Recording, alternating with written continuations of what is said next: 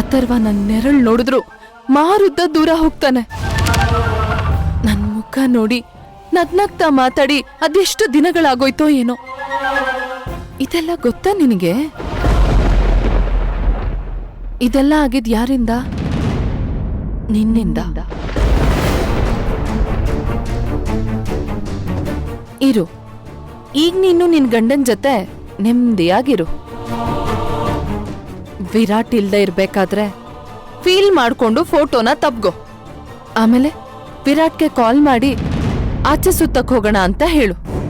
ಅಕ್ಕ, ಮಾತಾಡ್ಬೇಡ. ನಿನ್ನ ಡ್ರಾಮಾನ ನನ್ ಕೈಲಿ ನೋಡೋದಕ್ಕ ಆಗಲ್ಲಮ್ಮ. ನಾನು ಇಲ್ಲಿಗೆ ಬಂದಿದ್ದ ಉದ್ದೇಶ ಏನಂದ್ರೆ, ನೀನು ಅಥರ್ವ ಮಗುಗೆ ವಿರಾಟ್ ಕೈಲಿ ಸರ ಹಾಕ್ಸದ್ರಿ.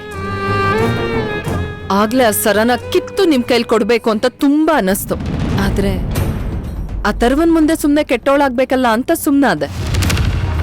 ಅದಕ್ಕೆ ಈಗ ಆ ಸರನ ವಾಪಸ್ ಕೊಡೋಕ್ ಬಂದಿದ್ದೀನಿ.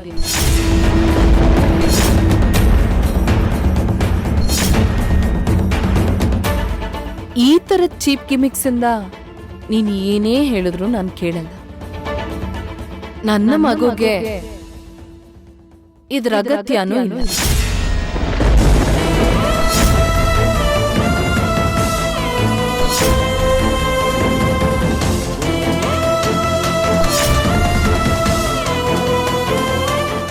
ಅಕ್ಕ, ಇದು ನನ್ ಮಗುಗೆ. ಏಯ್, ಅಲ್ವೇ, ನನಗೆ ನಿನ್ ಸಂಬಂಧ ಇಲ್ಲ ಅಂದ್ಮೇಲೆ ನನ್ ಮಗುಗೂ ನಿನಗೂ ಏನ್ ಸಂಬಂಧ ಇರುತ್ತೆ?